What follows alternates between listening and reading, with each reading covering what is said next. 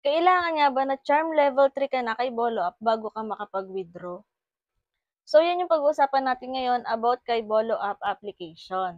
So, marami pa rin pong nalilito about din sa pag-withdraw kung kailangan daw ba is charm level na bago maka-withdraw.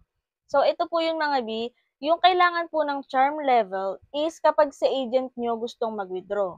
Pero kapag self-withdrawal naman po is any level. Kahit level 1 ka lang, okay yun mga B. Basta may 100k diamonds ka na. So ano nga ba yung pinagkaiba kapag si agent ka magwi-withdraw at magse-self-withdrawal ka, kumbaga diretso sa GCash mo?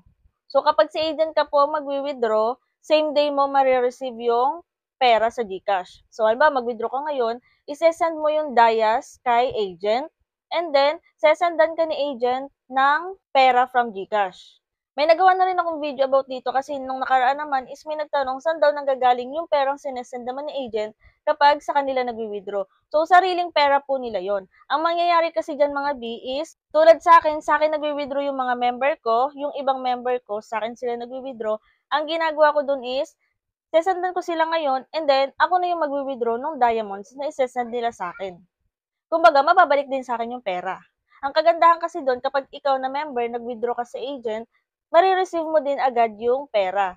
Unlike kapag self-withdrawal ka, is, hihintayin mo pa siya ng 1 to 3 days. Kaya kung halimbawa, kailangan mo yung pera ngayon, kaya ka mag-withdraw, kailangan mo yung pera, sa agent ka mag-withdraw kasi isesend din agad ng agent yung pera sa GCash mo. Pero syempre, tanungin mo muna yung agent mo kung pwede bang mag-withdraw. Kasi baka mamaya bigla ka mag-send agad ng dayas tapos wala pa lang naman yung GCash ni agent, eh di paano na yun, di ba?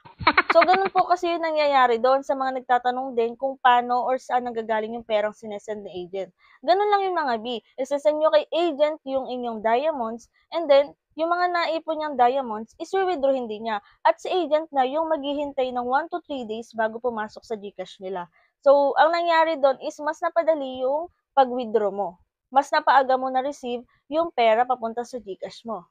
Kaya kung gusto mo na same day mo lang din ma-receive yung pera papunta sa GCash, kailangan charm level 3 ka na para sa agent ka na po mag-withdraw. Kaya ako talaga is kapag winidraw ko, iniiwan ko muna sa GCash ko kasi nga may mga member ako na nagwi-withdraw pa rin. So parang balik lang na balik yung pera. Umiikot-ikot lang siya.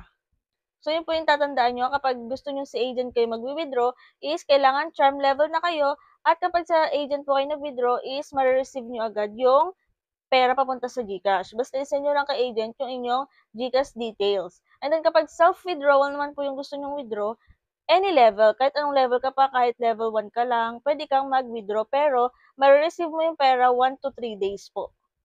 So, ayun lang mga B. Kung may mga part kayo na nalilito, mag-comment lang kayo. Kung kaya kong sagutin, go lang B. At kung hindi pa kayo nakasubscribe, mag-subscribe na kayo para updated kayo sa mga susunod nating videos. At i-check nyo rin yung ating playlist. May mga free earning tutorial ako dyan mga B. Baka sakaling may mga application pa kayo na hindi nasasalihan. Check nyo yung ating playlist dyan. So, yun lang and thank you for watching.